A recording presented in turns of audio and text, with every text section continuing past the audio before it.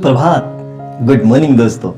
Divine प्रभु channel पर आप सभी का स्वागत है। दोस्तों, आज मैं आपको दशा माता की पौराणिक कथा के बारे में बताने जा रहा हूं। तो चलिए वीडियो को प्रारंभ करते हैं। दशा माता व्रत की प्रमाणिक कथा के अनुसार प्राचीन समय में राजा नल और दमयंती रानी सुखपूर्वक राज्य करते थे। उनके दो पुत्र थे।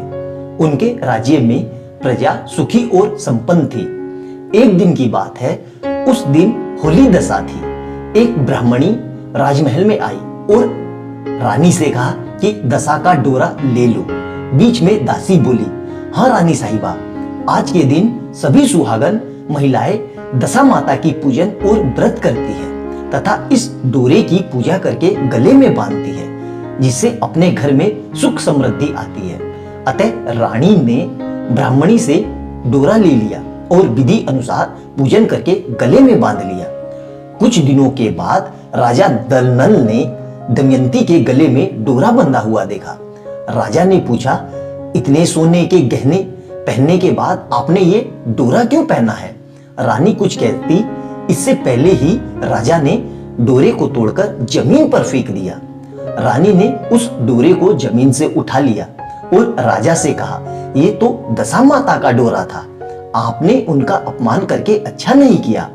जब रात्रि में राजा सो रहे थे, तब दशा माता स्वप्न में बुढ़िया के रूप में आई और राजा से कहा, हे राजा, तेरी अच्छी दशा जा रही है और बुरी दशा आ रही है, तूने मेरा अपमान करके अच्छा नहीं किया।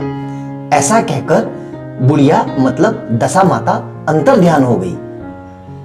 अब जैसे जैसे दिन बीतते गए, वैसे वैसे कुछ ही दिनों में राजा के ठाट बाट, हाथी घोड़े, लाव लश्कर, धन धान्य, सुख शांति सब नष्ट होने लगे। अब तो भूखे मरने का समय तक आ गया। एक दिन राजा ने दमयंती से कहा, तुम अपने दोनों बच्चों को लेकर मायके चली जाओ। रानी ने कहा, मैं आपको छोड़कर कहीं नहीं जाऊंगी। जिस प्रकार आप रहेंगे उसी प्रकार मैं आपके साथ रहूंगी। तब राजा ने कहा, अपने देश को छोड़कर दूसरे देश में चलते हैं, वहां कुछ भी काम मिल जाएगा, वही काम कर लेंगे। इस प्रकार नल और दमयंती अपने देश को छोड़कर चल दिए। चलते चलते रास्ते में भील राजा का महल दिखाई दिया। वहां राजा ने अपने दोनों बच्चों को अमानत के तौर पर छोड़ दिया। आगे चले तो रास्ते में राजा के मित्र का गांव आया। राजा ने रानी से कहा, चलो हमारे मित्र के घर चलते हैं। मित्र के घर पहुंचने पर उनका खूब आदर सत्कार हुआ और पकवान बनाकर भोजन कराया। मित्र ने अपने शयन कक्ष में उन्हें सुलाया। उसी कमरे में मोर की आकृति की खूंटी पर मित्र की पत्नी को हीरा जड़ा कीमती हार टंगा था। मध्य रात्रि में रानी की नींद खुली तो उन्होंने देखा कि वह बेजान खूंटी हार को निगल रही है। यह देखकर रानी ने तुरंत राजा को जगाकर दिखाया और दोनों ने विचार किया कि सुबह होने पर मित्र के पूछने पर क्या जवाब देंगे। अतः वहां से उन्होंने उसी समय चले जाना ही उचित समझा। राजा रानी दोनों रात्रि को ही वहां से चल दिए। सुबह होने पर मित्र की पत्नी ने खूंटी पर अपना हार देखा। हार वहां नहीं था। तब उसने अपने पति से कहा, तुम्हारे मित्र कैसे हैं जो मेरा हार चुराकर रात्रि में ही भाग गए? मित्र ने अपनी पत्नी को समझाया कि मेरा मित्र कदापि ऐसा नहीं कर सकता, धीरज रखिए, कृपया उसे चोर मत कहिए। आगे चलने पर राजा नल की बहन का गांव आया। राजा ने बहन के घर खबर पहुंचाई कि तुम्हारे भैया भाभी आए हुए हैं। खबर देने वाले से बहन ने पूछा, उनके हालचाल कैसे हैं? वह बोला, दोनों अकेले हैं, पैदल ही आए हैं तथा वे दुखी हाल में हैं। इतना सुनकर बहन थाली में कांदा रोटी रखकर भैया भाभी से मिलने आई। राजा ने तो अपने हिस्से का खा लिया, परंतु रानी ने जमीन में गाड़ दिया। चलते चलते एक नदी मिली। राजा ने नदी में से मछलियां निकालकर रानी से कहा, तुम इन मछलियों को भूंजो, मैं गांव में से परोसा लेकर आता हूं।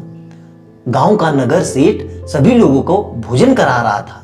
राजा गांव में गया और परोसा लेकर वहां से चला तो रास्ते में चील ने झपट्टा मारकर सारा भोजन नीचे गिरा दिया। राजा ने सोचा कि रानी विचार करेगी कि राजा तो भोजन करने गया था और मेरे लिए कुछ नहीं लाया। उधर रानी मछलियां भूनने लगी तो दुर्भाग्य से सभी मछलियां जीवित होकर नदी में चली गई। रानी उदास होकर सोचने लगी कि राजा पूछेंगे और सोचेंगे कि सारी मछलियां खुद ही खा गई।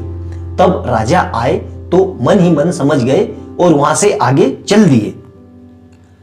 चलते चलते रानी के मायके का गांव आया। राजा ने कहा, तुम अपने मायके चली जाओ, वहां दासी का कोई भी काम कर लेना, मैं इसी गांव में कहीं नौकर बन जाऊंगा। इस प्रकार रानी महल में दासी का काम करने लगी और राजा तेली के धाने पर काम करने लगा। दोनों को काम करते करते बहुत दिन हो गए। अब होली दशा का दिन आया। तब सभी रानियों ने सिर धोकर स्नान किया। दासी ने भी स्नान किया। दासी ने रानियों का सिर गूंथा तो राजमाता ने कहा, मैं भी तेरा सिर गूंथ दूं। ऐसा कहकर राजमाता जब दासी का सिर गूंथ रही थी तब उन्होंने दासी के सिर में पद्मा देखा। यह देखकर राजमाता की आंखें भर आई और उनकी आंखों से आंसू की बूंदें गिरी। आंसू जब दासी की पीठ पर गिरी तो दासी ने पूछा, आप क्यों रो रही है? राजमाता ने कहा, तेरी जैसी मेरी भी बेटी है जिसके सिर में भी पद्मा था। तेरे सिर में भी पद्मा है, ये देखकर मुझे उसकी याद आ गई। तब दासी ने कहा, मैं आपकी ही बेटी हूं। दशा माता के कोप से मेरे बुरे दिन चल रहे हैं, इसलिए यहाँ चली आई। माता ने कहा, बेटी तूने ये बात मुझसे क्यों छुपाई?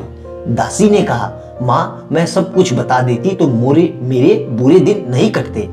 आज मैं दशा माता का व्रत करूंगी तथा उनसे गलती की क्षमा याचना करूंगी।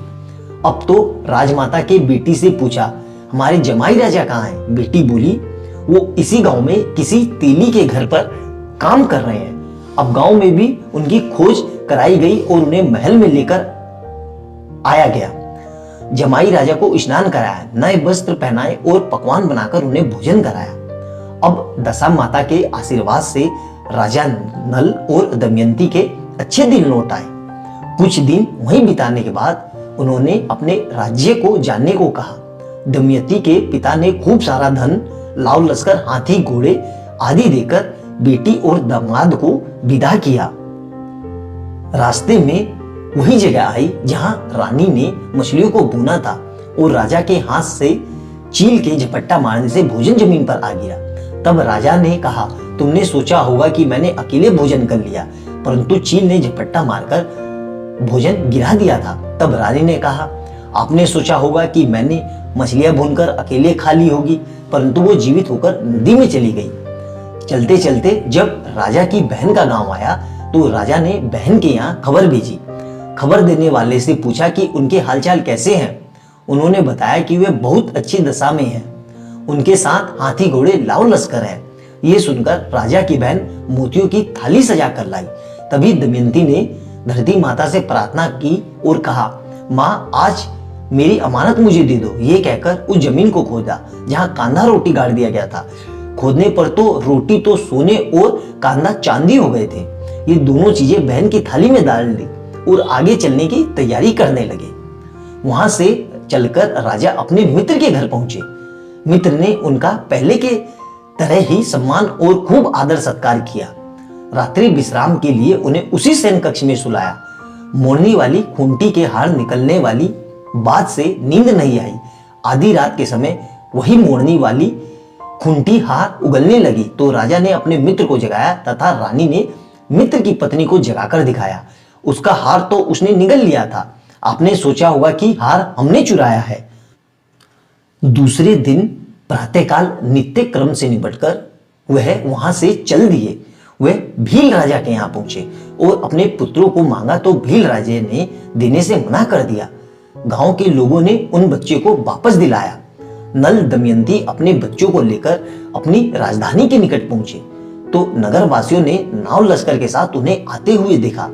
सभी ने बहुत प्रसन्न होकर उनका स्वागत किया तथा गाजे बाजे के साथ उन्हें महल में बुलाया। राजा का पहले जैसा ठाट बाट हो गया।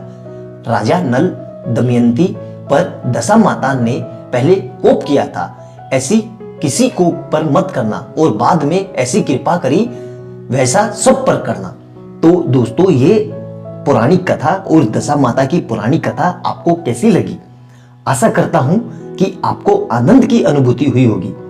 ऐसी ही अद्भुत और अलौकिक पौराणिक कथाओं को जानने के लिए तथा सनातन धर्म और हिंदू धर्म के देवी देवताओं के बारे में जानने के लिए हमारे चैनल को लाइक एंड सब्सक्राइब कीजिए। हम भी निरंतर इसी प्रयास में लगे रहते हैं कि कैसे आपके समक्ष बहुत अच्छी से अच्छी और सुंदर से सुंदर वीडियो प्रस्तुत की जाए। तो दोस्तों, मिलते हैं अगली वीडियो में एक नई पौराणिक कथा के साथ। तब तक खुश रहिए, प्रसन्न रहिए और निरंतर प्रभु का सच्चे मन से और सच्ची भाव से स्मरण करते रहिए। प्रभु देर सवेर आपकी वंदना जरूर स्वीकार करेंगे। बाय बाय दोस्तों।